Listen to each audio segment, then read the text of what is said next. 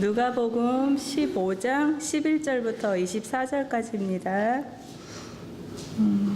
또 이르시되 어떤 사람에게 두 아들이 있는데 그 둘째가 아버지에게 말하되 아버지여 재산 중에서 내게 돌아올 분깃을 내게 주소서 하는지라. 아버지가 그 살림을 각각 나눠 주었더니 그 후 며칠이 안 되어 둘째 아들이 재물을 다 모아 가지고 먼 나라에 가 거기서 허랑방탕하여 그 재산을 낭비하더니 다 없앤 후 그 나라에 크게 흉년이 들어 그가 비로소 궁핍한지라. 가서 그 나라 백성 중 한 사람에게 묻혀 사니 그가 그를 들로 보내어 돼지를 치게 하였는데 그가 돼지 먹는 쥐염 열매로 배를 채우고자 하되 주는 자가 없는지라. 이에 스스로 돌이켜 이르되 내 아버지에게는 양식이 풍족한 품꾼이 얼마나 많은가. 나는 여기서 줄여 죽는구나. 내가 일어나 아버지께 가서 이르기를 아버지, 내가 하늘과 아버지께 죄를 지었사오니 지금부터는 아버지 아들이라 일컬음을 감당하지 못하겠나이다. 나를 품꾼의 하나로 보소서 하리라 하고 이에 일어나서 아버지께로 돌아가니라. 아직도 거리가 먼데 아버지가 그를 보고 측은히 여겨 달려가 목을 안고 입을 맞추니 아들이 이르되 아버지, 내가 하늘과 아버지께 죄를 지었사오니 지금부터는 아버지의 아들이라 일컬음을 감당하지 못하겠나이다 하나 아버지는 종들에게 이르되 제일 좋은 옷을 꺼내어다가 입히고 손에 가락지를 끼우고 발에 신을 신기라. 그리고 살찐 송아지를 끌어다가 잡으라. 우리가 먹고 즐기자. 이 내 아들은 죽었다가 다시 살아났으며 내가 잃었다가 다시 얻었노라 하니 그들이 즐거워하더라.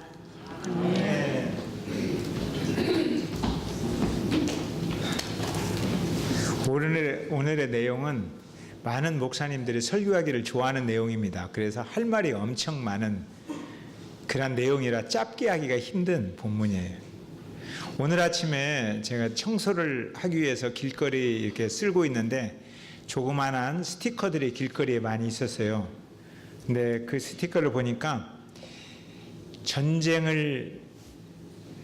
뭐라고 잊어버렸는데 하여튼 이 전쟁의 미치광이 트럼프의 방문을 반대한다 이런 쪽지가 있었어요. 또 쪽지가 하나 있었는데 핵과 미사일로 무장하는 김정은을 타도한다 이런 게 있었어요. 이런 것들이 이제 오늘 아마 집회도 이렇게 어제도 열리고 오늘도 열리나 봐요. 목사님들도 만나면 참 전쟁 걱정을 많이 합니다. 특별히 연세 드신 분들은 전쟁 걱정 많이 하죠. 젊은 사람보다 연세 드신 분들은 전쟁을 가까이서 지켜봤기 때문에 걱정을 더 많이 합니다. 북한이 ICBM 미사일을 발사하겠다고 하고 핵실험을 하고 또 미국도 여기에서 군사적인 그런 방법을 고려하겠다. 아침에 그 쪽지를 보면서 김정은과 트럼프가 고래구나. 그리고 우리는 새우구나. 고래등 싸움에 새우등 터지고 있구나. 제가 그 생각을 좀 했어요. 어떤 분들은 이렇게 목사님들하고 이야기하다 보면 우리도 빨리 핵무장을 하고 전술핵을 배치해서 맞대응해야 된다. 물론 그것으로 인해서 일어날 모든 파장들은 생각 않고 하는 이야기죠. 눈은 눈으로, 이는 이로, 주먹은 주먹으로, 핵은 핵으로. 이게 이제 구약적인 방법이고 옛날 메소포타미아 법률에 있는 방법입니다. 이런 상황 지켜보면서 참 전쟁이 일어나면 어떻게 하나 모두 다 걱정하고 있는데 저도 이 땅에 전쟁이 없기를 기도하고 있습니다. 우리 옆 사람에게 한번 격려합시다. 오늘 기도의 내용대로 전쟁이 없기를 기도합시다.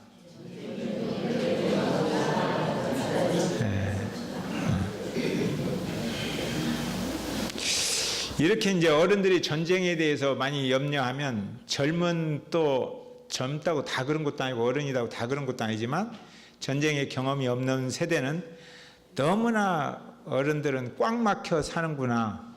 참 어른들 아이고 도저히 저 막힌 생각 어떻게 고쳐야 되나 이렇게 생각하는 분도 있습니다. 지금만 그렇게 하는 게 아니에요. 고려시대 때도 참 저 어르신들 왜 살아서 쓸데없는 생각이나 하고 있고 정말 어르신들은 없으면 좋겠다 이렇게 생각한 사람들이 있었어요. 그래서 법을 만들었어요. 그 법이 고례장입니다. 고례장. 60 넘으면 쓸모없는 인생이다. 도움이 전혀 안 된다. 그래서 나라에서 그냥 내다가 버리자. 그래서 업어다가 산에다 버렸잖아요. 참 기가 막힌 일입니다. 그때 전해져 오는 이야기 정말인지는 모르겠어요. 그 고례장이 제도가 법률에서 사라지게 된 배경이 되는 이야기가 내려져 오고 있는데 정승 한 분이 나이가 60, 이제 어머니가 60이 됐어요. 그러고 보니까 저도 60인 고례장으로 버려질 나이가 됐네요. 근데 어머니를 버려야 되잖아요. 근데 너무너무 눈물이 나는 거예요. 그래도 어머니에게 큰 절을 드리고 그리고 어머니를 모시고 깊은 산속에 갔다가 내려놨습니다. 그리고 다시 절을 드리고 내려오는데 얼마나 눈물이 나오겠어요.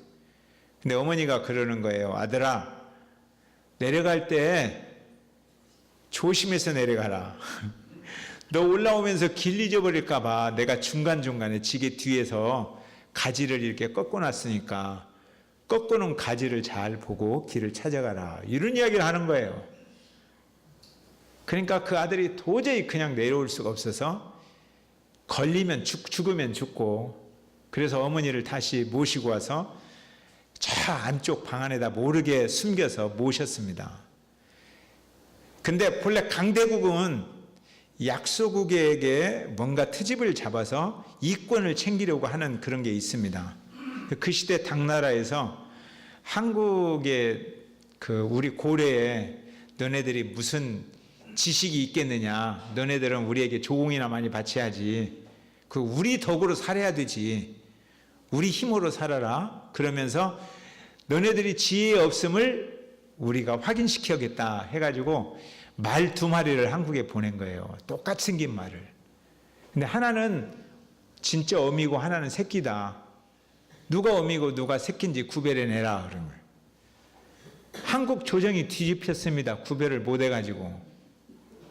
그래서 정승이 수심이 가득하니까 노모가 너 왜 이렇게 수심이 가득하냐.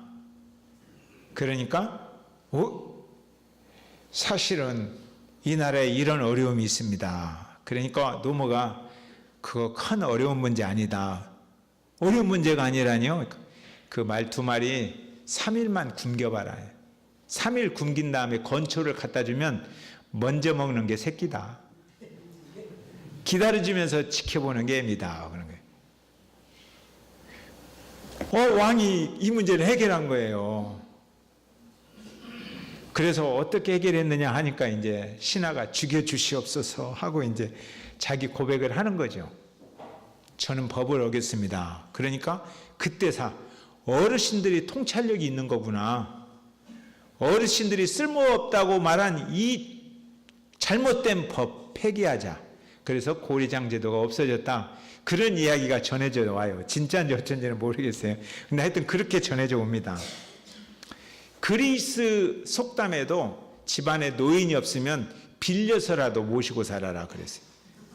예, 빌려서라도. 왜냐하면 어르신들은 기억력이 없어져요. 그래서 뭐 해야 할지를 깜빡깜빡 잊어버려요. 그리고 했던 말을 또 해요. 잊어버리니까.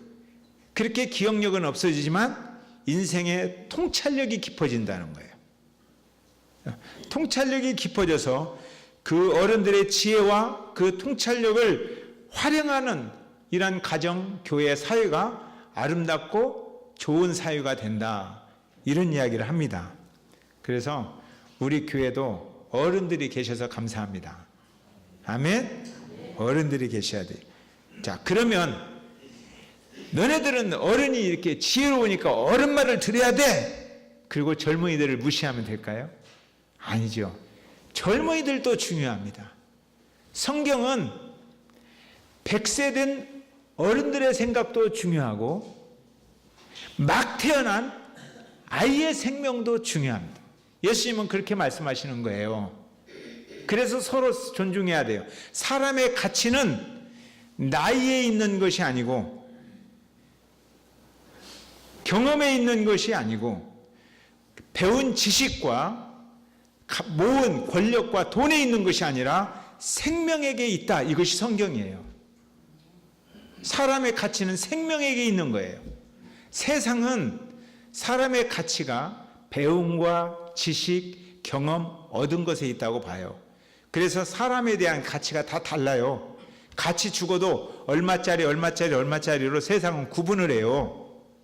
그러나 성경은 사람은 생명으로 그 가치를 따지기 때문에 어른이나 애기나 젊은이나 가난한 사람이나 부자나 어느 사람이나 천하보다도 귀중하다. 생명은 함부로 다루는 게 아니다. 이렇게 성경은 이야기하고 있습니다. 이 생명. 그런데 그 시대에 바리새인들이, 부자들이, 많이 배운 사람들이 세리와 이런 죄인들의 생명을 하찮게 여겼다는 거예요. 근데 예수님께서 그 세리와 어울려서 그들의 이야기를 들어주니까 예수님을 비난했어요. 그때 예수님께서 그들에게 생명이 얼마나 소중한지, 사람의 가치가 생명에 있다는 것을 목자와 양의 관계를 통해서 이야기해 줬는데 다 못 알아들어요. 그러니까 한 가지 더 이야기. 아버지와 아들의 관계를 통해서 또 한 번 이야기해 줍니다. 그것이 오늘의 내용이에요. 12절 한번 읽어볼까요? 12절 시작.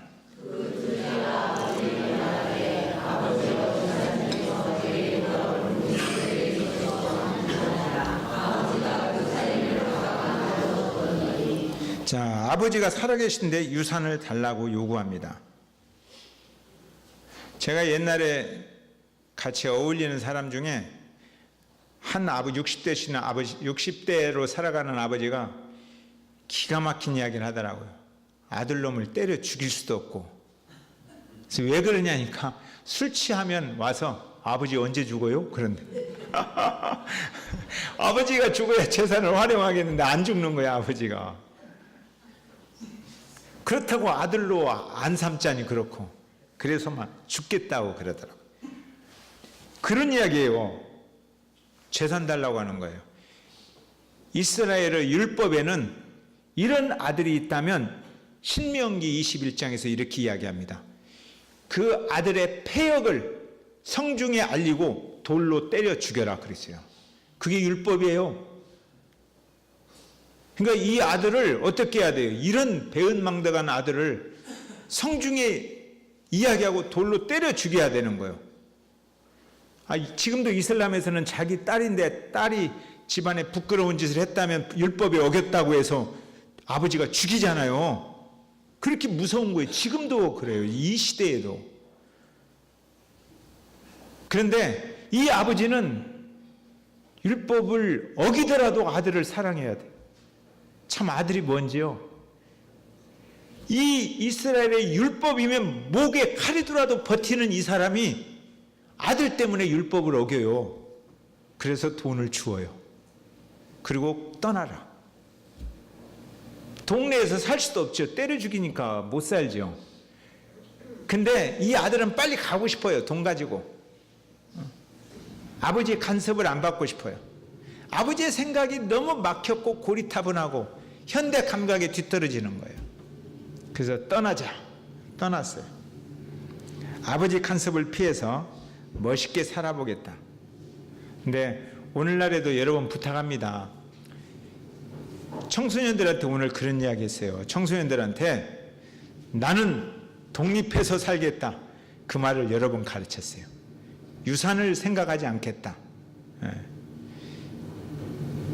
유산을 생각한다는 것은요, 이 사회가 유산으로 이루어지면 흙수저, 금수저, 그래서 사회가 혼란스러운 거예요, 사실.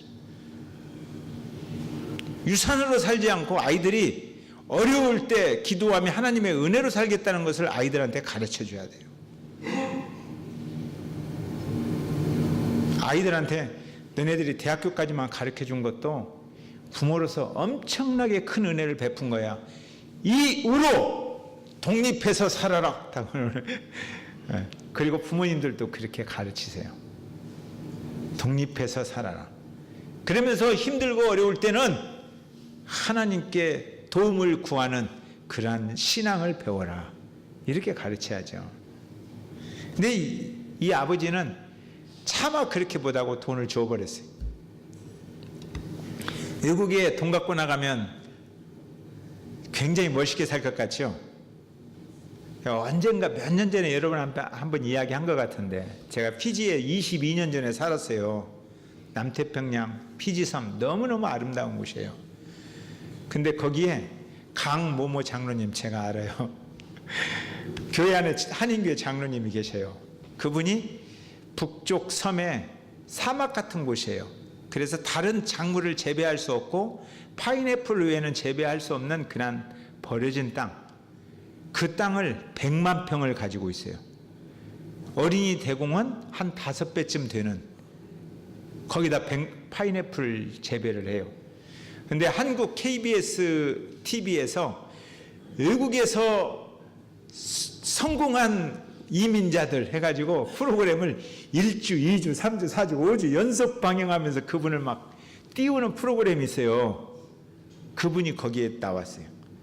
그리고 그분이 신문에 대문짝만하게 막 그 전면 광고를 했어요. 지구의 마지막 남은 지상낙원 피지 해가지고, 그리고 칼기도 같이 직항로를 개설했어요. 제 생각에는 분명히 정치와 다 연합된 것 같은데 하여튼 뭐 그렇게 됐어요. 그래서 칼기 직항로가 열리고, 제가 피지에 있을 때 너무 좋아지더라고요. 왜 세상이 이렇게 좋아지나, 피지가. 그리고 그분이 바로 그 100만 평을 분양을 했어요. 한국 사람들한테 1000평씩.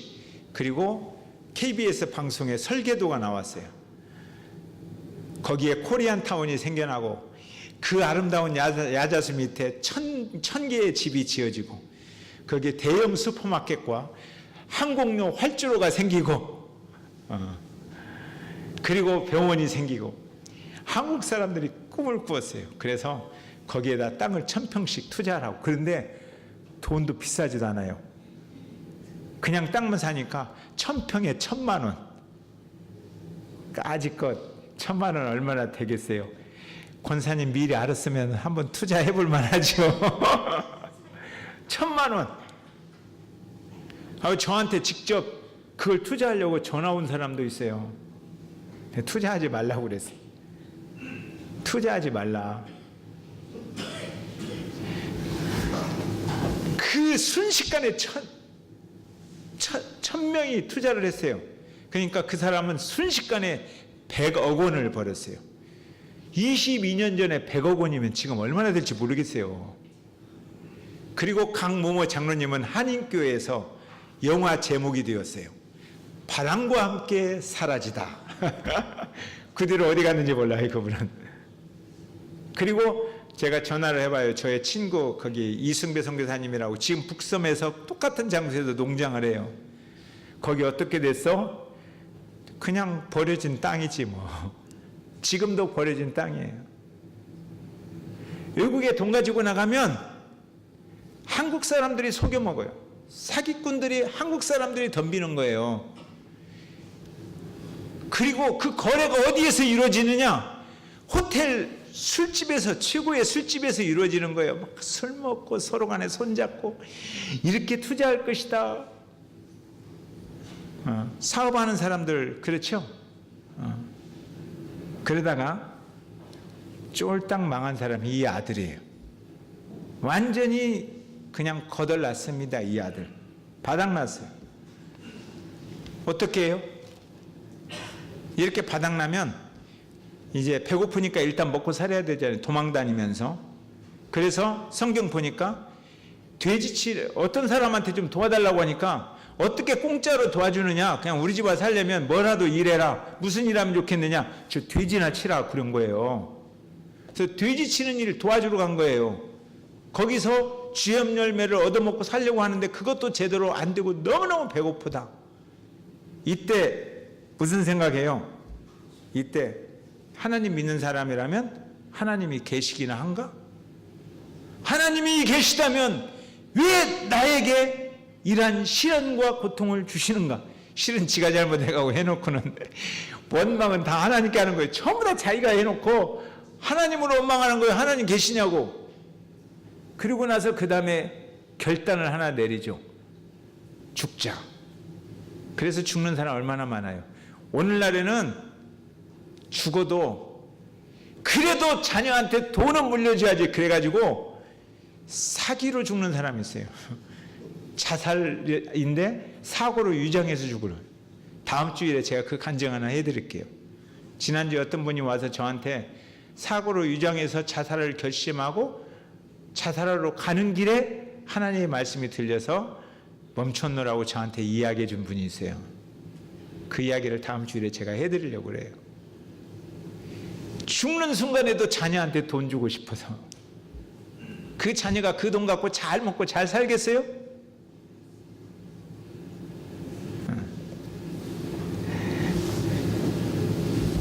죽어버리고 싶어. 그때 다행히 하나 생각이 났어요. 아버지 이름이 생각난 거예요. 그동안 까마득하게 잊어버렸는데 아버지 이름이 생각나는 거예요. 고향 가고 싶다. 옛날에 일제시대 때 우리나라 사람들이 그 독립운동하는 사람들이 해외로 망명 나가고 또 만주로 도망가고 그러면서 그들이 고향을 생각하면서 부른 서글픈 노래가 있어요. 그때 아세요? 고복수 씨가 부른 노래예요. 알죠? 타양살이 몇 해던 감사. 울면서 부른 노래. 우리나라 사람들이 고향 가고 싶어서. 고향 떠난 사람이 망했으면 얼마나 가고 싶겠어요. 그러나 올 수도 없어요. 왜? 죄 짓고 왔으니까. 동네 사람들한테는 돌로 맞아 죽어야 하는 율법을 어기고 왔고 아버지한테는 맞아 죽어서도 안 되죠. 정말 무슨 죄를 지었어요. 그래도 맞아 죽어도 아버지한테 가서 죽자. 이게 회개요. 아버지에게 가서 죽자. 그래서 아버지에게로 돌아옵니다. 그런데 이 아들이 까마득하게 모르고 있는 게 하나 있어요. 그때까지도 모르고 있는 게 하나 있어요. 뭘까요? 아들은 자기 개인적인 일을 할 때 아버지를 잊어버리고 살 수 있어요. 그런데 아버지는 결코 아들을 잊지 않고 살아요. 이걸 모르는 거예요. 아버지는 어떠한 일이 있어도 아들을 잊지 않는다. 아버지는 어떠한 일이 있어도 아들이 돌아오기를 기다린다. 아들이 무슨 잘못을 해도 아버지는 아들을 사랑하는 일을 포기하지 않는다. 이걸 모른 거예요. 그래서 맞아 죽을 생각으로 온 거죠. 맞아 죽을 생각. 그런데 와보니까 그렇지 않고요. 아버지는 자기를 기억하고 있었어요. 아버지는 자기를 기다리고 있었어요. 여전히 사랑하고 있었어요. 20절. 자, 한번 읽어보세요. 시작.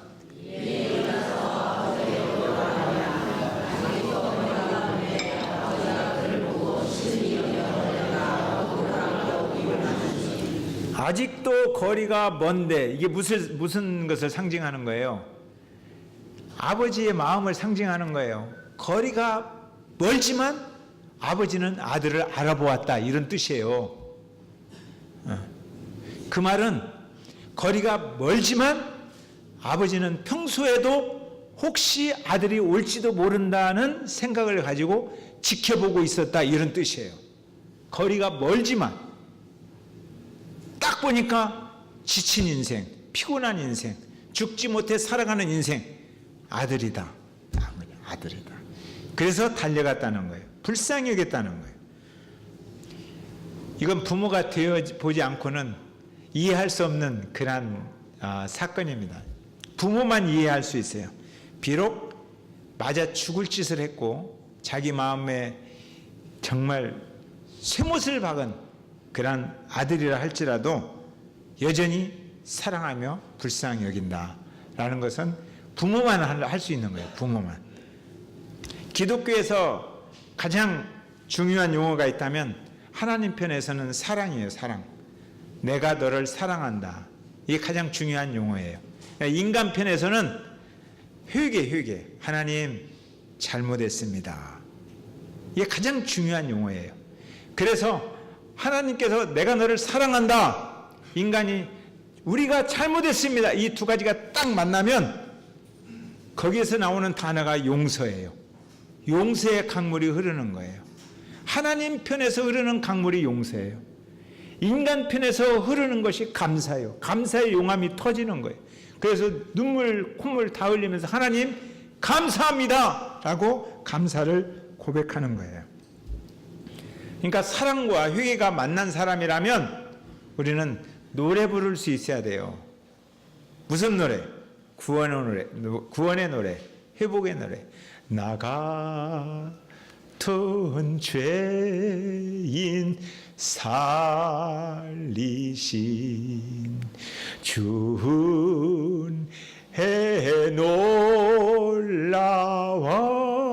놀라워. 이런 노래가 내 심령 속에 담겨져 있어야 돼요. 회복의 노래, 구원의 노래. 오늘날도 하나님은 여전히 우리를 그렇게 기다리십니다. 우리는 삶의 현장에서 내 생활 하느라 하나님을 기억하지 못할 때가 많이 있어요. 그러나 기억해야 돼요. 하나님은 우리를 기억하지 않으신 적이 없다. 하나님은 우리를 사랑하는 일을 포기하지 않으신다. 하나님은 우리가 돌아오기를 기다리고 계신다는 거예요. 이게 아버지의 마음이에요. 24절. 자, 시작.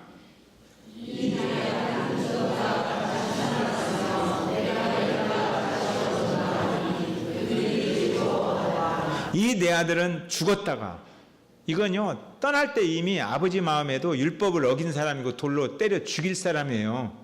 죽었어요. 그런 마음으로 보낸 거예요. 너는 죽었다. 이 죽었다, 이것을 다른 표현으로 잃었다 이런 거예요. 내가 너를 잃어버렸다. 그러니까 잃어버린 양이다, 잃어버린 영혼이다, 이 말은 죽은 영혼이다 이런 뜻이에요. 하나님 편에서는 죽어버렸다, 잃어버렸다. 그런데 얻었다, 돌아왔다, 이 말은 살아났다 이 말이에요. 하나님 편에서 살아났다, 돌아왔다, 잃었다가 다시 살아났다. 그래서 너가 실패한 거, 지금까지 고통을 준 거, 이것은 문제가 아니에요. 중요한 것은 지금 살아났어요. 그래서 잔치를 합니다. 잔치하자. 여러분들 자녀가 10년을 속을 썩여들었어요. 정말 저놈의 자녀요, 내가 정말 호적에서 파버릴 수도 없고 어떻게 하냐 그랬는데 10년 후에 정신 차려가지고 효자가 되었어요. 그럼 어떻게 해요? 10년을 기억합니까? 정신 차려서 좋아서 아들을 꼭 안아줍니까? 10년 기억 안 하잖아요. 이 아들이 돌아왔어요. 좋은 일을 하는 거예요. 옛날에 속을 얼마나 썩였던 건 상관없어요. 그게 다 없어져 버린 거예요. 잔치하자. 정신 차렸다는 거예요. 정신 차렸다는 거. 이 부모님들은 알죠. 다른 사람들은 그렇게 평가 안 해요. 저 10년 동안 속썩였는데 어떻게 저렇게 하루아침에 용서할 수 있고, 아들 10년 동안 죽인다고 하더니 하루아침에 막 좋아 죽겠다고 어떻게 말하냐고. 이건 다른 사람들은 그렇게 말해요. 그러나 부모는 안 그래요. 10년 동안 속을 썩였어도 정신 차리면 그 다음날 좋아서 죽는 거예요. 그래서 잔치하잖아요. 어떤 분이 돈이 열심히 저축하고 정말 지혜롭게 살아서 돈을 많이 모았어요. 돈도 부족하지 않게 모았어요. 그리고 집안도 괜찮아요. 자녀들도 괜찮아요. 그런데 한 가지 문제가 있어요. 주변 사람들로부터 늘 왕따를 당하는 거예요. 주변 사람들이 자기를 안 좋아해요. 인간관계가 안 좋아요. 그리고 주변 사람들이 자기한테, 자기가 뭐 나쁜 짓도 안 했는데 자기를 늘 비판하는 거예요. 그렇게 살면 안 된다고. 그러니까 괴롭잖아요. 이 문제를 자기가 알고 싶어요. 그래서 자기가 잘 알고 있는 분을 찾아갔어요.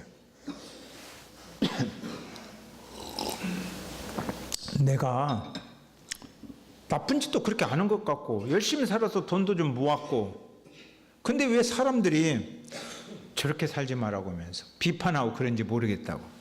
그러니까 그분이 그런 이야기를 해요.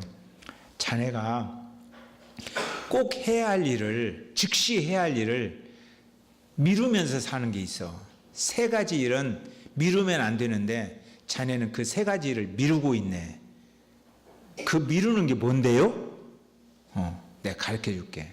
자네는 빚을 갚을 생각을 안 해.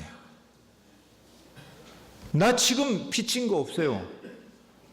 나 돈 있고 빚지지 않았는데? 그러니까 자네를 보고 웃어준 사람들의 미소, 자네가 힘들 때 손잡아준 그 따뜻한 손길, 다른 사람으로부터 받은 도움, 이 빚에 대해서 감사합니다, 고맙습니다.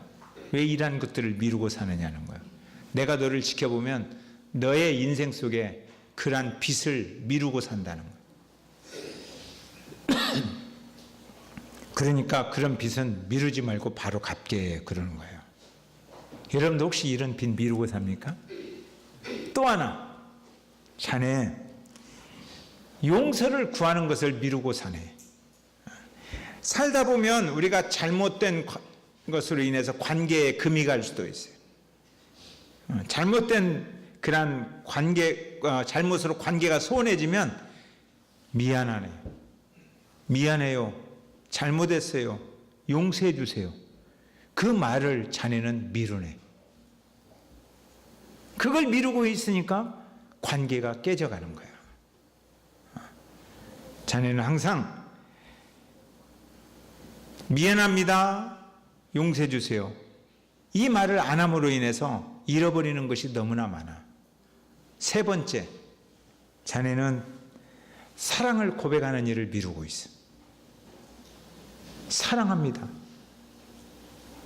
내가 정말 사랑합니다, 나를 정말 사랑해 주셔서 고맙습니다, 이 사랑의 관계를 확인 안 하는 거야 하면서 음악을 들어도 음악이 멋있게 표현되면 너 심장이 뛰잖아. 사랑도 표현해야 되는 거야. 표현하지 않으면 상대방의 심장을 울릴 수가 없어. 사랑을 표현하지 않아 당신. 그러니까 당신의 인간관계가 그렇게 어렵고 남에게 나쁜 짓 한 것 같지 않지만 당신이 그렇게 비판받으면서 인생이 외로운 거야. 이거 미루지 말게 그랬어요. 이 사람만 미루나요? 11월 우리는 추수감사주의를 준비하고 감사축제를 준비해요. 하나님께 받은 감사를 여러분들은 혹시 미루고 있나요? 형제들, 친구들에게, 많은 분들에게 받은 사랑을, 은혜를, 나를 보고 웃어준 사람들, 나를 보고 격려해준 사람들, 나를 기다려준 사람들, 나를 잊지 않고 손을 내밀어준 사람들, 그런 아버지의 사랑 감사합니다 라고 표현해야 하지 않겠어요? 최선을 다해서. 또 하나, 나의 잘못으로 관계가 비틀어졌다면, 하나님께 내가 성실하게 살지 못한 죄들이 있다면, 하나님 잘못했습니다, 용서해 주세요. 그것을 미루면 안 되잖아요. 미루지 맙시다. 그리고 또 하나, 사랑합니다. 하나님 사랑합니다. 아버지 사랑합니다. 아들을 내가 사랑한다. 이 사랑을 미루면 안 되잖아요. 이런 사랑을 미루지 말고 우리가 서로 간에 사랑합니다 표현함으로, 감사를 드리는 감사를 표현함으로, 용서해 주세요, 미안합니다 표현함으로 우리가 상대방의 이 심장의 울림소리를 들으면서 살았으면 좋겠습니다. 아멘. 찬양합시다. 아버지, 당신의 마음이 있는 곳에 나의 마음이 있기를.